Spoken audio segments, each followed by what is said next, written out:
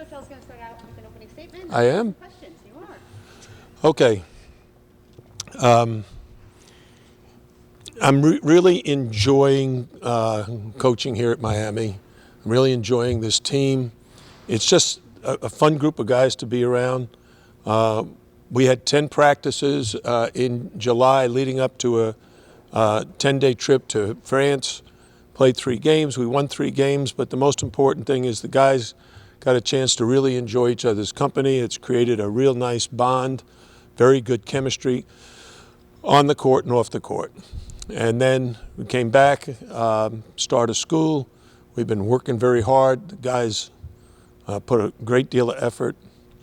And we're not where we're going to need to be defensively and rebounding in order to compete with the best teams in our league and some of the best teams in the country. We're not there yet. But my staff is doing a great job of what's the word? Explaining to our players what needs to be done in order to get to where we want to be. And now it's going to be up to the players to do that, to really work at getting better at defense and rebounding, because they, like the coaches, want to be every bit as good as we possibly can be.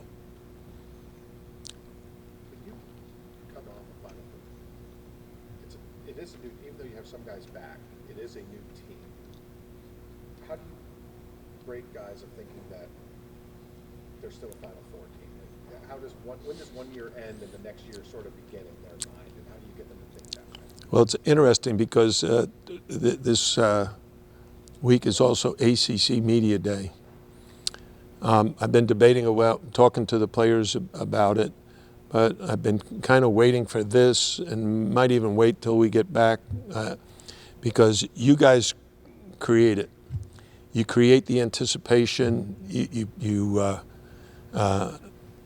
The media has a top 25 poll. It must be like 1 million top 25 polls, and we're 13th. Oh no, we're 17th. No, we're 8th. I mean, so what we have to understand is, and I think the players do, the rankings don't determine if you're good or not. Everything is performance on the court, and the performance not only by us but by our opponent. So we could play a great basketball game, be the best that we can be, and still lose to an opponent that just happens to be a little better. All right? The interesting part, and my staff and I are always preaching this, we play in so many close games. Last year, I think it was 17, decided in the last possession. All right?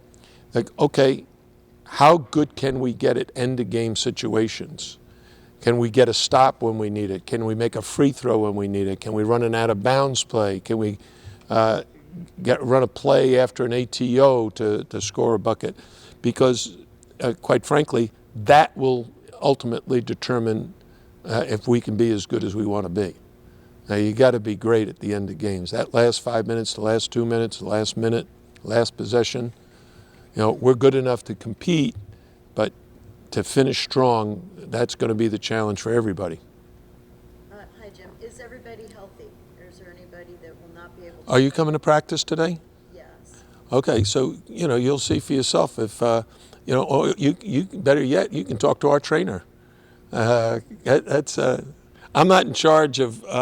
In fact, I won't know who's going to practice today until my trainer tells me this guy's out, this guy. I just got a text from him about one player, and he said he had what he thought was a minor, I don't want to say injury. He's dealing with something minor that he probably just tape and practice. But we won't really know that for sure until practice day. But I mean, is there anyone who's like on crutches who's obviously not going to be able to practice for a while? I don't think he's on crutches. There is one guy that might not practice. We'll make that a surprise. Coach, Wooga Poplar's been a player that's been looked at as many as a breakout player in the country this year. Can you talk a little bit about his development this summer and what he's looked like stepping into a bigger role? He's fantastic. got this year and one more, but I don't know if we're going to be able to hold on to him. He's definitely an NBA prospect. We have a ton of NBA people at our practices. I think we have 3 or 4 more today that are evaluating him and all our other guys. But Wooga is a great competitor. He's worked really hard to become a heck of a defensive player. I love it when he rebounds because that adds another dimension, kind of like Bruce Brown was a great rebounder as a guard. But Wooga Poplar is a phenomenal three-point shooter, and he may be the best pull-up jump shooter in the country. His pull-up jump shot is as good as any NBA player. And I've been around a lot of players. A lot of guys don't have like a mid-range game, but he does. So he gets those opportunities. We had a scrimmage last week. He had 31 points. So he's really good. What did he do? I mean, what has he done? He was already breaking out last season. What has he done between then and now to get to this point? He's just gotten older. He's a little bit more consistent, a little more physically and mentally mature, emotionally mature. He's listening a little bit better and maybe understanding. You know, last year at this time, every time he shot a pull-up jump shot, I cheered for him. I said, yeah, that's what you should be looking for. And then days he wouldn't shoot any of them. And I'd say, I might text him that night. I said, you didn't even take a pull-up jump shot today. You passed up pull-up jumpers to shoot layups. No, you got to get better at the pull-up jump shot. And now he's as good as it gets.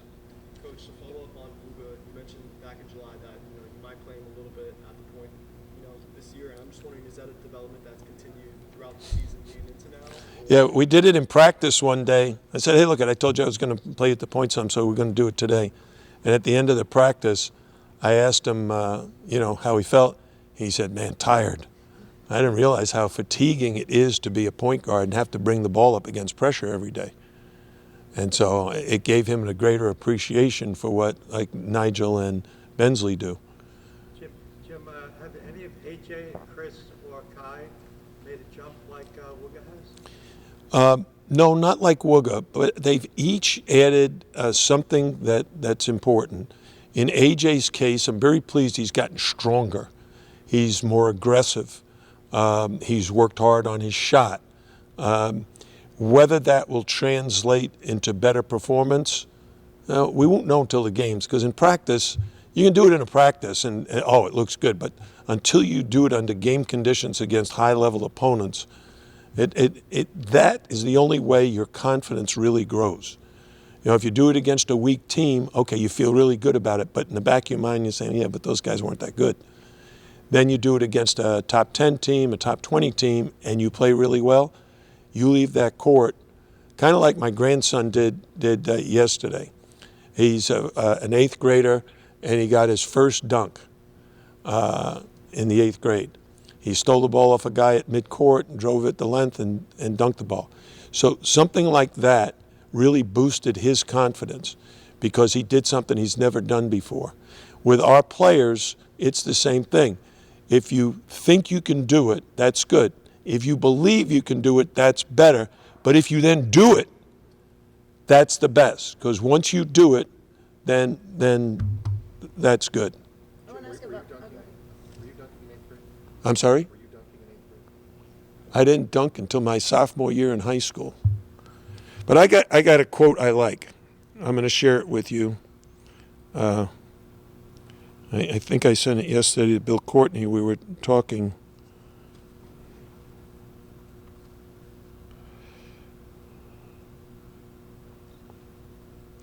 I guess I didn't send it to Bill Courtney. Let me see if it's in my photos. Oh, shoot.